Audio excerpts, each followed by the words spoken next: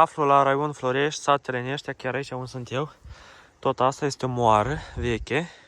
Acolo se vede piatra care se macina grăunțele. Aici unde mă aflu eu este un loc, uitați-vă. Acum voi coborî și vă arăta să vedeți ce frumusețe rară mai peste în Moldova.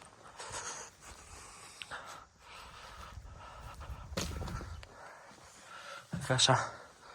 Aici cred că, cum se vede, sunt puși nu de mult. Cred că a fost o sobă în care făceau foc, se încălzeau aici.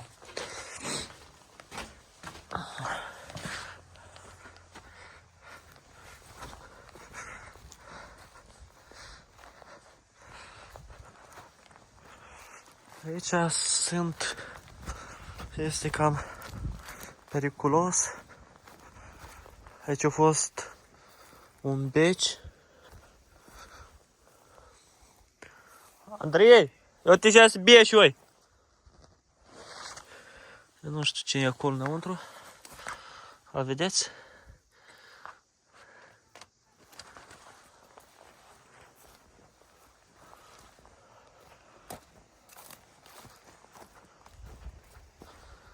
Trebuie să fiu foarte, foarte atent să nu cad jos.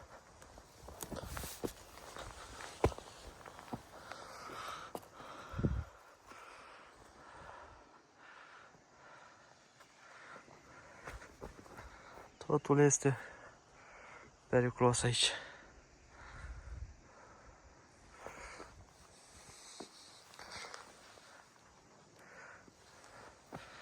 Beciu, cred că ceva depozitau. Asta este beci aici. Uite beciul de sub, încă ies pot intrat.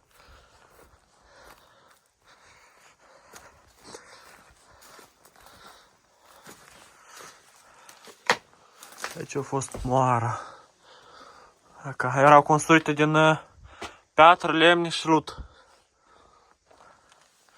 Aici cred că era casa, uitați-vă.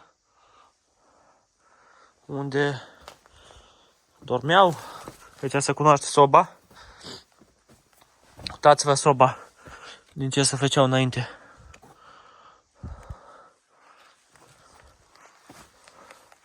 S-a stricat-o. Oh! No! Aia și. Mă uitați-vă ce aici.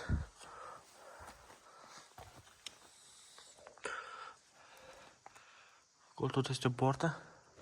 Dacă vedeți, acolo sus este barca cu stârc.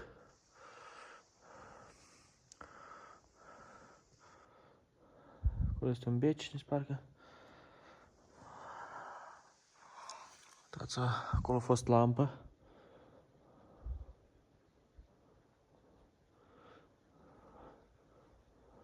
Și tot așa construită ciment. Am aici lut și piatră.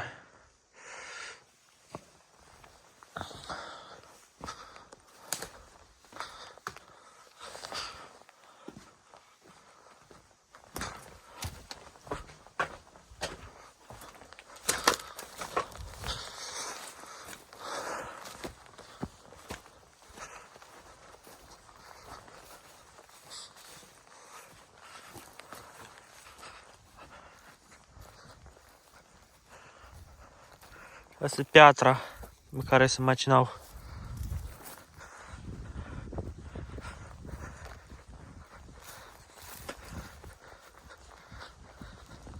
Acestea sunt scările.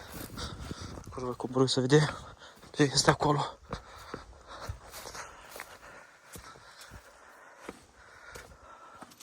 Uitați-vă ce frumusețe.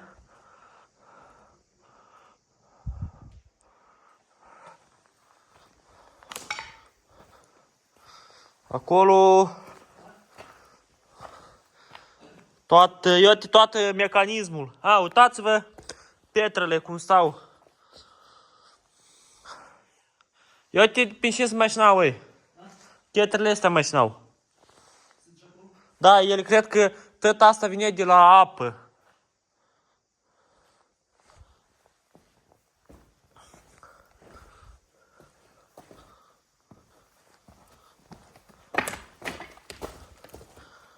Ia uite, și atât e mecanismul.